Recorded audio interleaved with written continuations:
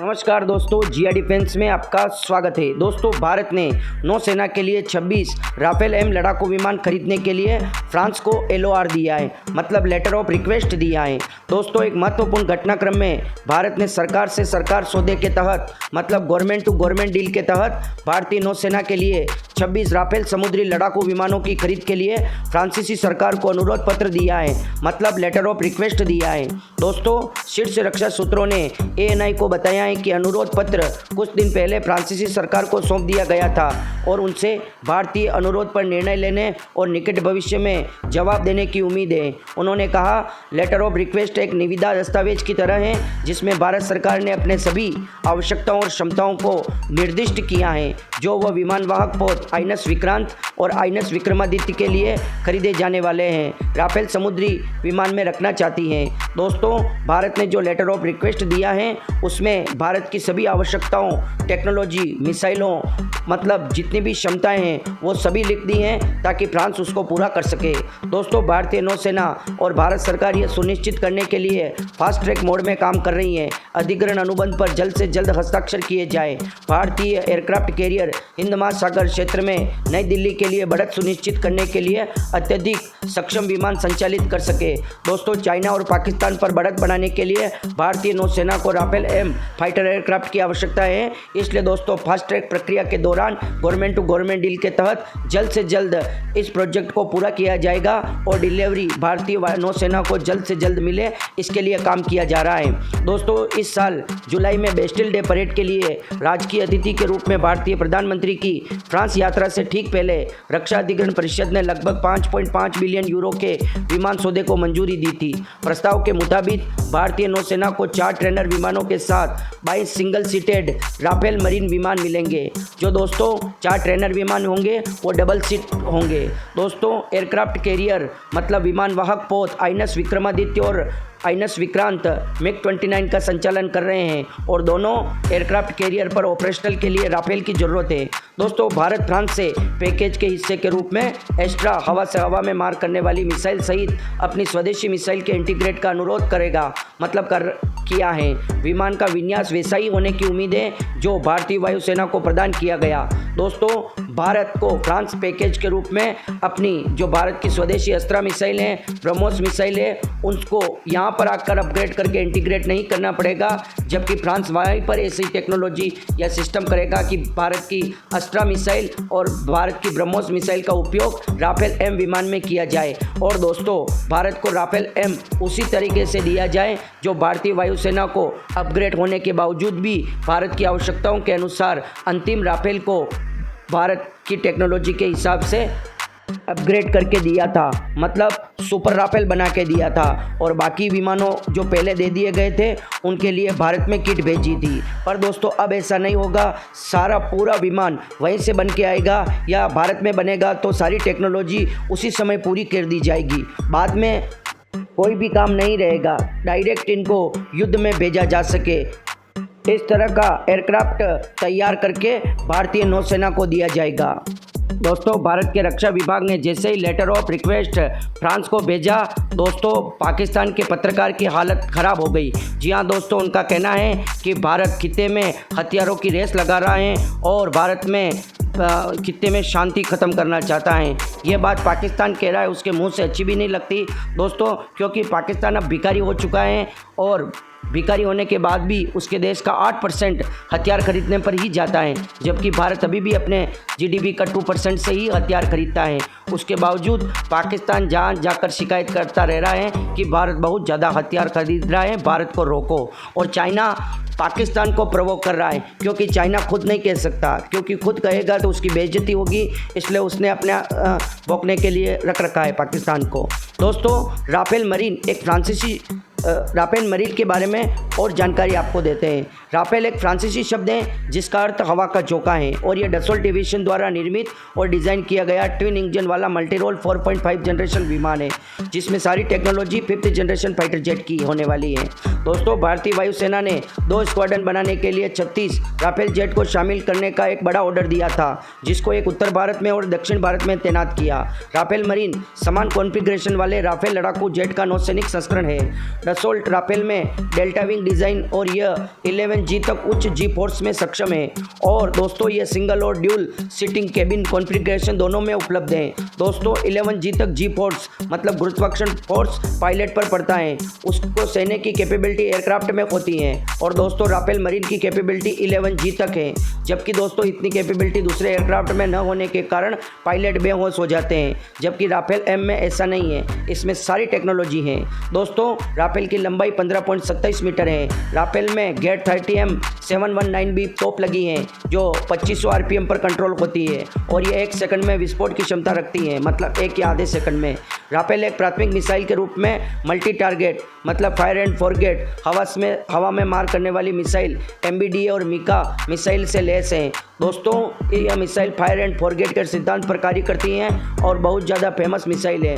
पूरे पश्चिमी देश, यूरोपियन देश इन्हीं तरह की मिसाइलों का उपयोग करते हैं और यहाँ तक कि दोस्तों अमेरिका भी इनका इस्तेमाल करता है। दोस्तों हवा से हवा में मार करने वाली बियॉन्ड विजुअल रेंज मिसाइल मतलब जो टारगेट आंखों से दिखाई न दे उसको मारने के लिए दोस्तों राफेल में MBDA और मीटियोर मिसाइल है। दोस्तों ये मिसाइल इतनी डेडली है कि दोस्तों इनका उपयोग हर किसी देश को करने के लिए नहीं दिया जाता, जबकि वो फ्रांस से राफेल खरीद भी लेता है तब भी उसको ये मिसाइल नहीं दी जाती। दोस्तों भारतीय नौसेना ने बोइंग के F-18 सुपर हॉर्नेट की जगह डसोल्ट राफेल M का चयन किया और क्यों किया ये मैंने आपको बता दिया है, अमेरिका की आदत के कारण। दोस्तों मैं चाहता तो केवल राफेल M खरीदने की प्रोजेक्ट मतलब लेटर ऑफ रिक्वेस्ट के बारे में ही आपको जानकारी दे देता, पर दोस्तों मेरा ये मानना है कि आपको इसी के साथ थोड़ा और समय लग जाए पर दोस्तों राफेल M की पूरी जानकारी मिले, क्योंकि दोस्तों हमारे भारत देश का इतना पैसा लगाकर हम इस विमान को खरीद रहे हैं तो कम से कम हमें जानकारी तो होना चाहिए। दोस्तों नौसेना के लड़ाकू जेट ये समुद्री संचालन को बढ़ाने के लिए अतिरिक्त टेक्नोलॉजी और सिस्टम को शामिल करते हैं। इनमें जहाज़ों और पनडुब्बियों जैसे नौसैनिक लक्ष्यों को पता लगाने, उन पर नज़र रखने के लिए अनुकूलित रडार सिस्टम शामिल हैं। दोस्तों उसके पास पानी के ऊपर संचालन करने के लिए बेहतर नेविगेशन सिस्टम, नौसेना बलों के साथ समन्वय के लिए विशेष संचालन उपकरण भी हैं। दोस्तों भूमि आधारित लड़ाकू विमान हवा से हवा में युद्ध और जमीन हमले के लिए मिशन पर ध्यान केंद्रित करते हैं। उन भूमिकाओं के लिए एवियोनिक्स और सेंसर को अनुकूलित किया जाता है। और दोस्तों जो हम राफेल M खरीद रहे हैं उनके लिए दोस्तों एवियोनिक्स नेविगेशन और ज़्यादा मजबूत और ताकतवर होते हैं, ताकि दोस्तों उनको लंबी दूरी से शिप और पनडुब्बी का शिकार किया जाए आराम से। दोस्तों नौसेना के लड़ाकू जेट उस कठोर और खारे पानी के वातावरण का सामना करने के लिए बनाए जाते हैं जिसमें काम करते हैं। दोस्तों इसको कोरोसिव मतलब प्रतिरोध बनाया जाता है कंपोजिट मटेरियल और एक पेंट का उपयोग करके, ताकि दोस्तों खारे पानी से इसकी बॉडी ख़राब ना हो। इसका अर्थ है अक्सर ऐसी टेक्नोलॉजी को कोटिंग का उपयोग करना होता है। दोस्तों इस एक कोटिंग को पेंट ही कहते हैं, मतलब फाइटर एयरक्राफ्ट पर इस कोटिंग को किया जाता है। उसके बाद दोस्तों खारे पानी इसको नुकसान नहीं पहुंचा सकता।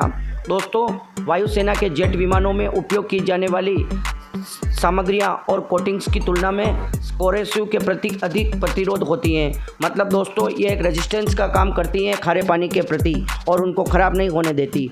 दोस्तों नौसेना और वायुसेना दोनों जेटों के पास परिष्कृत एवियोनिक्स और हथियार प्रणाली हैं। उनके मिशन प्रोफाइल के लिए विभिन्न उपकरणों की आवश्यकता हो सकती है।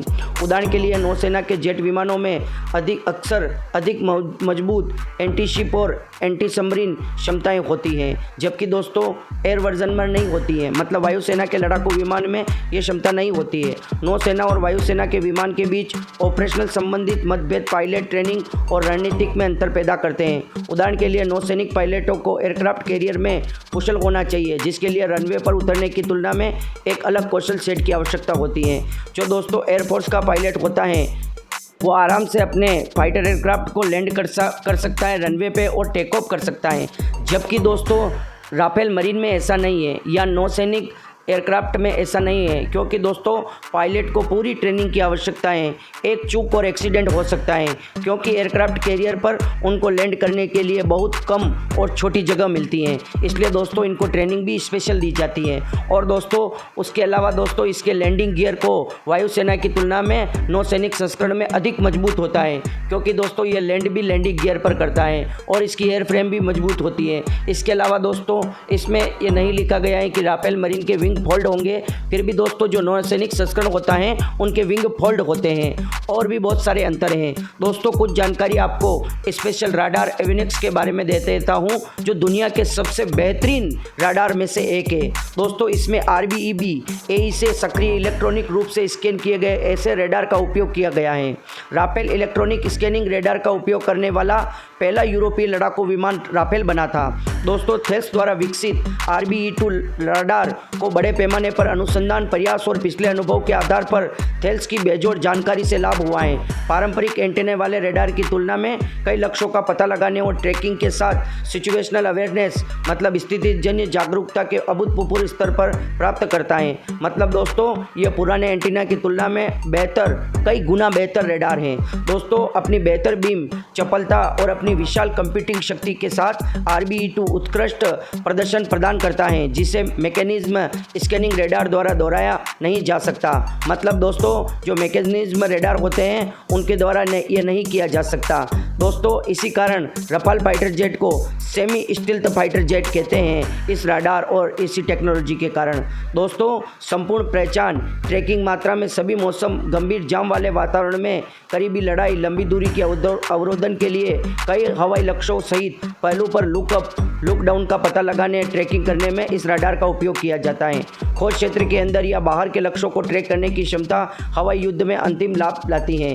दोस्तों अंधी परिस्थितियों में अज्ञात भूभाग का अनुसरण करने के लिए त्रिआयामी मानचित्रों का मतलब 3D मानचित्रों का वास्तविक समय मतलब रियल टाइम जानकारी राफेल वर्तमान में इस तरह का प्रभाव देने वाला एकमात्र नई पीढ़ी का लड़ाकू विमान है। दोस्तों इसमें 3D मानचित्र मिलता है और मतलब नक्शा मिलता है, जो कि कहीं पर भी मुसीबत के समय पायलट को अच्छी से जानकारी पहचान करता है। दोस्तों ये ज़मीन के लक्ष्यों को पहचान, पदनाम और नेविगेशन अपडेट के लिए उच्च रेजोल्यूशन वाले 2D ग्राउंड मानचित्रों के साथ चालक दल के वास्तविक मतलब रियल टाइम जानकारी देता है। दोस्तों और अगर उसको वो भी समझ में नहीं आए तो 3D में जानकारी दे देता है। दोस्तों दूसरा इसमें टेक्नोलॉजी सिस्टम उपयोग किया जाता है फ्रंट सेक्टर ऑक्ट्रॉनिक्स FSO। दोस्तों थेल्स द्वारा विकसित फ्रंट सेक्टर ऑक्ट्रॉनिक्स FSO प्रणाली पूरी तरह से विमान और उसके हथियार प्रणाली में इंटीग्रेट है। दोस्तों ऑक्ट्रॉनिक्स दृश्य और अवरक्त मतलब तरंग दैर्घ्य में काम करते हुए यह राडार जैमिंग से प्रतिरक्षित करती हैं। दोस्तों राडार को जैम करने वाली टेक्नोलॉजी से राडार को रक्षा करती हैं। यह हवा, समुद्र और जमीन के लक्ष्यों के लिए गुप्त लंबी दूरी की पहचान उच्च रेजोल्यूशन कोणीय ट्रैकिंग और लेजर रेंज फाइंडिंग प्रदान करती हैं। दोस्तों FSO गुप्त लक्ष्यों का पता लगाने, ट्रैक करने की अनुमति देता है, जिससे राफेल और उसके लड़ाकू क्षेत्र भविष्य की गतिविधियों के केंद्र में रखा जा सके, जबकि सगाई के नियमों के अनुसार स्टैंड ऑफ दूरी पर लक्ष्यों की पहचान की जाती है। दोस्तों स्पेक्ट्रा इलेक्ट्रॉनिक वारफेयर सूट। दोस्तों थेल्स और MBDA द्वारा संयुक्त रूप से विकसित स्पेक्ट्रा आंतरिक इलेक्ट्रॉनिक वारफेयर EW सूट प्रणाली नवीनतम हवाई और ज़मीनी खतरों के खिलाफ राफेल की उत्कृष्ट सर्वाइविलिटी की आधारशिलता है। दोस्तों ये विमान के अन्य प्रणालियों के साथ पूरी तरह से इंटीग्रेट है और ये शत्रु रडार, मिसाइलों और लेज़र के खिलाफ मल्टी स्पेक्ट्रल खतरे की चेतावनी और क्षमता प्रदान करता है। दोस्तों स्पेक्ट्रा सिस्टम विश्वसनीय लंबी दूरी की पहचान, खतरों का स्थानीयकरण है, जिससे पायलट को राडार जैमिंग, इंफ्रारेड या राडार डिकोइंग इवर्सिव युद्धाभ्यास के संयोजन के आधार पर सबसे प्रभावी रक्षात्मक उपायों का तुरंत चयन करने की अनुमति देती है। दोस्तों खतरे का पता लगता है तभी दोस्तों उस पर हमला किया जा सकता है, और ये खतरे का पता तो लगाता ही है, उसके बावजूद उस खतरे को कैसे निपटा जाए ये जानकारी भी देता है। दोस्तों सहयोगात्मक युद्ध के लिए नेट केंद्रित। दोस्तों डेटा साझा करने की नवीनतम नेट केंद्रीय क्षमता के कारण राफेल अन्य युद्ध क्षेत्र संपत्तियों से पूरी तरह से जुड़ा हुआ है। यह क्षमता इसकी खुली हुई वास्तुकला पर निर्भर करती हैं कि एक साथ कई ब्रॉडबैंड डेटा लिंक के उपयोग में अनुमति देती हैं। और दोस्तों ये राफेल वास्तविक समय में गठन अन्य विमानों के साथ हवाई और सतह कमांड को कंट्रोल केंद्रों, स्ट्रेटजिक वायु कंट्रोल या अन्य अनुकूल संपत्तियों के साथ डेटा साझा करता है। दोस्तों ग्राउंड कंट्रोल पर जो स्टेशन होते हैं उनके साथ ये डेटा साझा करता है। दोस्तों नेट केंद्रित सक्षम संपत्ति के रूप में राफाल का छवियों का आदान प्रदान कर सकता है। दोस्तों ये मतलब फ़ोटो नेट के थ्रू इधर उधर भेज सकते हैं। दोस्तों इस सिस्टम के लिए धन्यवाद, मतलब इस सिस्टम का नाम है थैंक्स। राफेल एयरक्रूज जमीन पर आगे की वायु कंट्रोल के साथ लक्ष्य के वीडियो या चित्र साझा कर सकते हैं। इस प्रकार नीली घटनाओं और संपाक्षी क्षति को रोकने में मदद मिलती है। दोस्तों ये वीडियो को इधर उधर भेज सकते हैं, कैसे क्या निर्णय लेना है ये सारी जानकारी दे देता है। दोस्तों राफेल ग्राहकों की आवश्यकताओं के आधार पर लिंक 16 या गैर नाटो ग्राहक विशिष्ट समाधान से सुसज्जित हैं। ये बहुराष्ट्रीय ऑपरेशन के हिस्से के रूप में इसकी अंतर संचालिता अनगिनत अवसरों पर प्रदर्शित की गई है। राफेल जल्दी एक सैटेलाइट लिंक के माध्यम से ट्रांस क्षितिज कनेक्टिविटी क्षमता से लैस होगा। दोस्तों ये जल्दी ही सैटेलाइट से भी कनेक्ट होगा। और दोस्तों इसमें टेलियोस लक्ष्यीकरण और लेज़र पदनाम पोर्ट है, जो दोस्तों थेल्स द्वारा डिज़ाइन किया गया टेलियोस लक्ष्यीकरण और लेज़र डिज़ाइनर पोर्ट है, जो मीट्रिक परिशुद्धता के साथ राफेल में पूरे दिन और रात निगरानी, पहचान, लेज़र पदनाम क्षमता लाता है। यह लेज़र निर्देशित हथियारों को स्टैंड ऑफ रेंज और ऊंचाई पर वितरित करने की अनुमति देता है। दोस्तों टेलस सभी मौजूदा लेज़र निर्देशित हथियारों के साथ इंटरऑपरेबल हैं। यह टोही कार्यों को करने की अनुमति देता है और जल्दी ही पूर्व नियोजित टोनी मिशनों को संचालित करने की अनुमति देता है। दोस्तों टेलस पोर्ट का IR sensor mid wave infrared band में काम करता है और ये उच्च रिजोल्यूशन नई पीढ़ी के टीवी सेंसर से जुड़ा होता है। दोस्तों हेलमेट पर लगा डिस्प्ले स्कॉर्पियन एक उच्च तकनीक सिस्टम है, जिसका उपयोग लक्ष्य प्राप्ति, पदनाम और सुविधाजनक बनाने तेज करने के लिए किया जाता है। यह पायलट और हथियार सिस्टम ऑपरेटर की आंखों के ठीक सामने प्रतीक प्रस्तुत करता है, जो स्थिति की धारणा को काफ़ी हद तक सुधारता है, खासकर कॉकपिट सीमा के बाहर। यह हेलमेट माउंटेड डिस्प्ले और नाइट विजन गॉगल्स के साथ उपयोग करने की अनुमति देता है। दोस्तों हेलमेट माउंटेड डिस्प्ले का मतलब हेलमेट में पूरी डिस्प्ले आ जाती है और कैसे क्या करना है सारा पायलट को पता रहता है। तो दोस्तों ये राफेल M के साथ मैंने आपको थोड़ी जानकारी एवियोनिक्स और सेंसर के बारे में भी दी है, क्योंकि दोस्तों राफेल फाइटर जेट तो केवल एक खाली खोखा होता है और कुछ नहीं, उसके अंदर जो टेक्नोलॉजी है वही महत्वपूर्ण होती है और उसके बारे में आपको जानकारी होने चाहिए। इसलिए वीडियो बड़ा भी बन गया तो भी दोस्तों मैंने आपको जानकारी देना उचित समझा। और बाकी आपको अगर शॉर्ट वीडियो चाहें तो मैं शॉर्ट भी बना सकता हूं, केवल मोटे रूप में आपको न्यूज़ मिल जाएगी। दोस्तों आप वीडियो को लाइक, शेयर और सब्सक्राइब करें और मेरी मेहनत का फल दें लाइक करके, और कमेंट बॉक्स में जय हिंद लिख दें। जय हिंद दोस्तों।